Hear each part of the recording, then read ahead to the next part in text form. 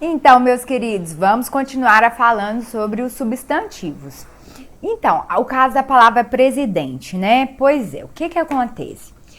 Assim como quase todos os assuntos, né, acadêmicos, existem aqueles caras, né, que seguem uma linha mais purista, né, mais conservadora, e existem aquelas pessoas com a cabeça mais aberta, não é? Aquelas pessoas mais inovadoras que aceitam mais mudanças. No caso das letras, no caso da linguística, nós temos algumas pessoas mais conservadoras e temos também aquelas pessoas, aqueles estudiosos e especialistas que entendem que a língua é viva e que, como a língua é viva, né, a norma culta tem que se adaptar a essas mudanças que acontecem ao longo da história. Então, como presidenta, né, é o feminino de presidente, de acordo com o Volpe, de acordo com a maioria dos dicionários e gramáticas, nós entendemos que houve uma adaptação a essa mudança que aconteceu ao longo da nossa história. Por quê? Porque existem cargos que antes eram exercidos exclusivamente por homens e hoje passam a ser exercidos por mulheres. E por esse motivo a língua se adaptou a isso. Tá? Eu sou super de acordo e, para fins de concursos públicos, presidenta tá certo sim, é uma possibilidade de se usar, né, o termo presidente como um substantivo biforme, apresentando uma forma para o masculino e outra forma diferente para o feminino, tá? Os mais puristas falam que é um absurdo, porque não é prática comum da língua portuguesa fazer o feminino de termos que tenham como terminação o sufixo ente. Ninguém diz cliente e clienta, atendente e atendenta. Então, por que nós diríamos presidente e presidenta? Bom, os puristas seguem mais ou menos essa linha e eu discordo. Eu acho que se os cargos são exercidos por mulheres, que a língua se adapte sim. E é isso que entendem, né, os dicionários, as gramáticas que são indicadas para concursos públicos e o VOP, que é a autoridade máxima, que é o vocabulário ortográfico oficial da língua portuguesa, que a gente encontra lá no site da ABL, Academia Brasileira de Letras. Então, é isso. Tá? Isso também, gente, é válido para vários cargos das áreas militares. Por exemplo, existe general e generala, existe soldado e soldada, existe sargento e sargenta, tá? Só não existe cabo e caba e tenente e tenenta, porque fica feio pra caramba, né? Mas esses outros vocábulos, esses outros substantivos, eles podem ser usados no feminino, tá? Soldado, soldada, sargento e sargenta, general, generada, são as forças armadas e as corporações que não quiseram fazer uso, tá? Aí tem a brigada, né? Em todos os outros lugares a gente fala polícia militar aí e parece que é brigada, né? O Rio Grande do Sul tem muitos nomes diferentes de instituições em relação aos outros estados do Brasil, eu acho muito legal, né? E assim, as forças armadas e, como eu falei, as instituições e corporações militares, elas não aderiram a essa possibilidade, desculpem, que a língua apresenta, tá? Mas se quiserem, tá lá, já tá registrado no Volpe. Se vocês quiserem ver, tá lá no site da Academia Brasileira. Digitem Volpe no Google, tá? ABL da Academia Brasileira de Letras, joguem lá, sargento, soldado, que vocês vão ver que hoje é admitida a possibilidade de se usarem esses vocábulos no feminino, tá? É claro que eles ainda podem continuar sendo utilizados como comum de dois, tá, gente?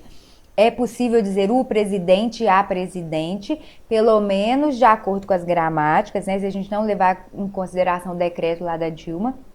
É possível dizer o soldado e a soldado, o sargento e a sargento. Então, nesses casos específicos de cargos, é possível tanto fazer uso dos termos como substantivos biformes, quanto como substantivos uniformes comuns de dois, tá? São possíveis as duas aí, variações, tá? A variação do substantivo ou a variação só do artigo. Beleza? O meu cargo, por exemplo, lá no Ministério Público é o cargo de oficial, né? Muita gente acha que oficial é comum de dois e não é. Oficial é um substantivo o quê? Biforme, tanto é que eu sou uma oficiala do Ministério Público, tá? Muita gente desconhece e isso para mim não é estranho, porque lá no meu dia a dia os promotores se referem a nós, né, vírgula, estagiários, estagiários não, os promotores se referem a nós servidores como oficiais ou como oficialas, se forem mulheres, tá bom? É isso, meus queridos. Bom, falei o que eu precisava em relação à flexão de gênero. Agora eu queria mostrar para vocês alguns toques em relação à flexão de número. Cai pouquíssimo em prova, não tem muito o que explicar, é só apresentar para vocês o conteúdo de forma organizada mesmo, mas é sempre bom ter uma tabelinha, né? E aí eu resolvi fazer essa tabelinha para vocês, né, conhecerem algumas flexões de número dos substantivos de acordo com a terminação que eles apresentam, tá? Quando o substantivo termina em vogal ou ditongo, em geral, apenas ao acréscimo do S, né, que é a desinência de número, como alegrias, como armários, tá? Se, por acaso, o substantivo terminar em consoantes como R e Z, acrescenta-se o es, né? A gente aprendeu, inclusive, que o S, para a maioria dos gramáticos, é a desinência de número, e o E aqui é o que mesmo? Vogal temática. Estão lembrados? Que liga o radical às desinências. Então, em flor nós temos flores, em gravidez nós temos gravidezes. Muita gente acha que gravidezes não tem plural e tem sim. Aliás, que gravidez não tem plural, que se diz a gravidez ou as gravidez? Não. Gravidez termina em Z, assim como arroz, então haverá o plural com o acréscimo do es. Arrozes, gravidezes.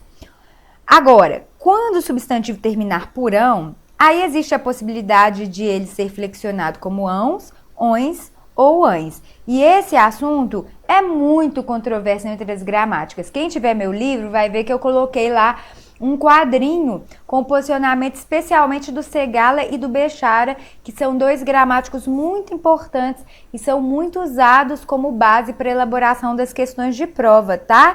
Então, eu coloquei lá, colocando a possibilidade de usar alguns substantivos terminados em ão com 3 plurais diferentes de acordo com o gramático ou com 2 plurais diferentes de acordo com o outro. Vai haver muita variação de uma gramática para outra, por isso que nem adianta a gente explicar muito ou aprofundar muito nesse assunto. O mais importante é que quando sai o edital a pessoa olhe, se houver uma indicação de gramática, ela já vai direto no quadrinho daquela gramática.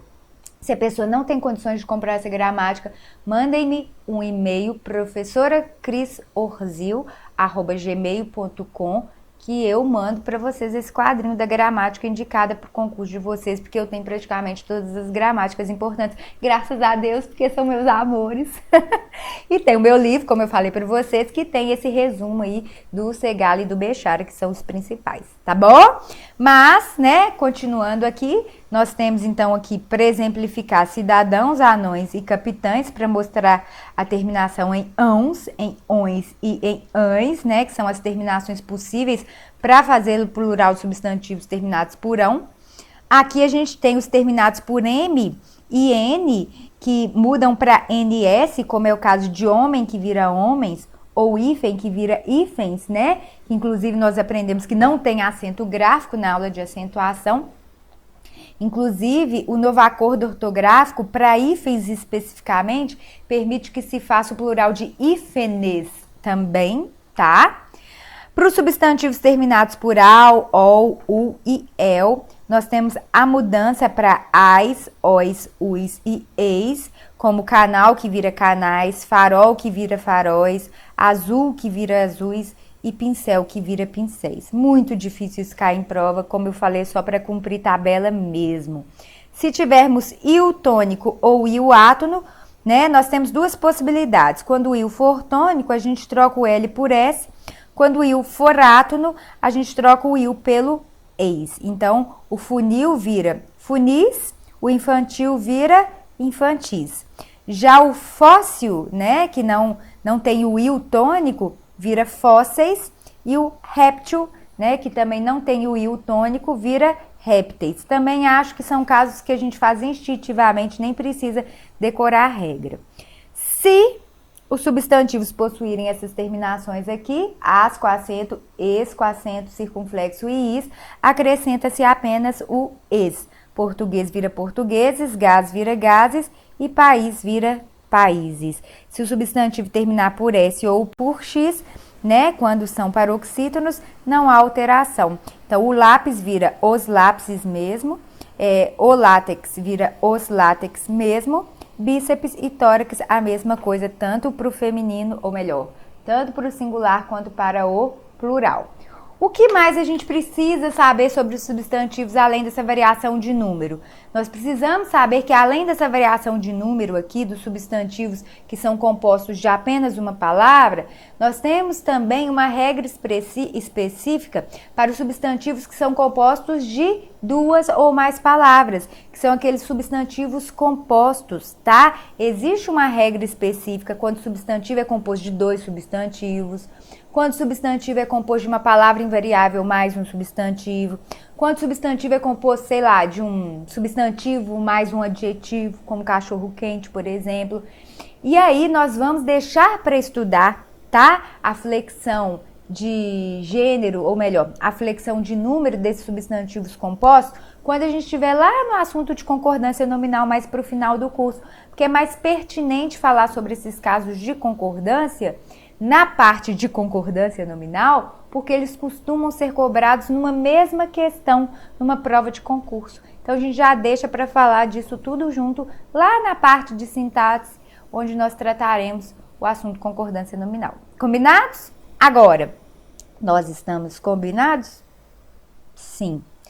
Então tá, meus amores, o que eu quero mostrar para vocês nesses slides agora posteriores são os substantivos que são usados no plural com um sentido específico, tá? É o que acontece com anais, cócegas, condolências, férias, fezes, óculos, pêsames, vísceras, tá? Esses substantivos com esse sentido são usados só no plural. Por exemplo, tem gente que vai me dizer assim, Cris, mas existe féria? Existe. Só que féria tem um sentido diferente, tá? Féria tem um sentido de remuneração por um dia de trabalho. Férias é outra coisa completamente diferente. É aquela sequência de dias em que a gente descansa, não é mesmo? Benditas férias maravilhosas, não é? Então, a palavra férias com o sentido de dias descansados são o quê? Usados, é um substantivo usado só no plural, tá? Óculos, por exemplo. Óculos até existe no singular como óculo, mas serve para designar outro objeto. Aquele, ó, que a gente usa é só óculos mesmo. Lembrando que quando esses substantivos forem usados no plural, como eu falei com a palavra parabéns lá no início da aula de classes gramaticais, nós devemos usar todos os determinantes também no plural. Então, não diga minha férias, tá? Minhas férias, tudo no plural. Não diga meu óculos, diga meus óculos escuros, tá? Por quê? Porque tudo que estiver se referindo a óculos, como aquele objetozinho que a gente conhece, né? Deve ser usado no plural para concordar com esse substantivo que é plural, como esses outros que eu coloquei aqui para vocês no slide, tá? Não costuma cair em prova, mas eu acho que é bom fazer essa recomendação, porque pode ser que caia numa questão de concordância nominal. Eles querem que vocês percebam que aquele substantivo é plural ali e que precisa de determinantes que também estejam no plural, como é o caso de os óculos escuros, meus parabéns, minhas férias e assim por diante, tá? Outro caso em relação aos substantivos que eu queria que vocês conhecessem é o caso do plural metafônico, tá? O que é metafonia? Metafonia acontece quando uma palavra no singular tem um O que é mais fechado, e aí quando ela é flexionada no plural, ela passa a ter o O pronunciado com a cavidade oral mais aberta. Então, de fechado, ele passa a ser aberto, tá? É o que acontece com palavras que sofrem metafonia no plural. Caroço vira caroços, corpo vira corpos, destroço vira destroços, destroço vira destroços, esforço vira esforços, fogo, fogos, imposto, impostos, jogo, jogos, olho, olhos, osso, ossos, ovo, ovos, tijolo, tijolos. Vejam que essas palavras no singular são pronunciadas com o O fechado, quando são flexionadas no plural, passam a ser pronunciadas com o O aberto. Então, isso significa que elas sofreram um processo chamado metafonia. Beleza? Pode ser que haja metafonia do masculino pro feminino também, que nem sogro e sogra, né? Sogro e sogra. Você deixa de pronunciar o O fechado para o masculino para pronunciar o O aberto no feminino. Então, é uma metafonia de gênero e não de número, como essas que nós vimos, tá bom? Agora eu vou falar da variação de grau de substantivos. Substantivos podem se apresentar no aumentativo ou no diminutivo, tá? Na maior parte das vezes, o aumentativo e o diminutivo acontecem com o acréscimo de um sufixo, tá? Então, é uma questão derivacional, ou seja, o substantivo, por um processo de derivação sufixal, passa a produzir uma ideia de aumentativo ou de diminutivo. Isso é o que a gente chama de grau sintético, tá? O aumentativo sintético, né, que vem de síntese mesmo, de compacto, de resumo, e o diminutivo, que também pode ser sintético, compacto, resumido, que é aquele que ocorre a partir da anexação de um sufixo que dá a ideia de diminutivo, tá bom? Pode ser que haja um aumentativo analítico e o diminutivo também analítico. Tudo que é analítico é longo, desenvolvido, ao contrário de sintético, que vem de síntese realmente. Quando o grau aumentativo e o diminutivo são analíticos, eles não usam sufixo. Sufixo faz o grau sintético, né? Que é uma questão derivacional, muito mais derivacional do que de grau, né? Que nem afirma a NGB. Mas enfim, não vale a pena falar muito sobre isso agora não, senão a gente desvia muito do assunto principal. O fato é que quando o grau do substantivo é analítico, o substantivo pede ajuda para um adjetivo para produzir uma ideia de grandeza para o aumentativo ou uma ideia de pequenez para o grau diminutivo. Então, a gente poderia pegar uma palavra boba, tipo menino, tá? Menino. Se eu quiser, de forma analítica, usar um aumentativo, eu vou falar menino grande. Se eu quiser usar um diminutivo de forma analítica, eu vou pedir a ajuda de um adjetivo que dê essa ideia. Aí eu vou falar menino pequeno, né? Então, se eu precisasse usar o aumentativo analítico, menino grande. Tem vermelho e tem azul, hein, gente? E o diminutivo, menino pequeno. Mas eu poderia fazer muito bem isso aqui com a ajuda de um sufixo, de forma sintética, compacta. E aí eu diria meninão ou menininho.